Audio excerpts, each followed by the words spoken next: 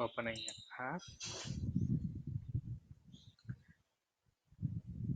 Here control for left to right, up and down, stop. And first select Bluetooth.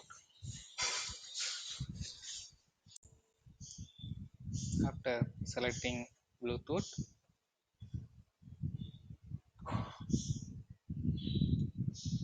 now mobile connected to Bluetooth.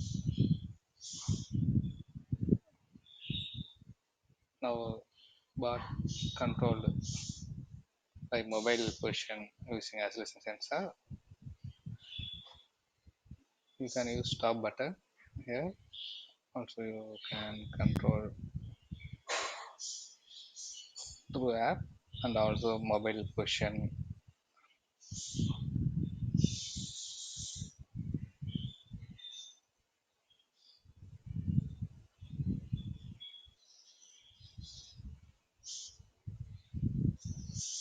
Front, back, left, right, also.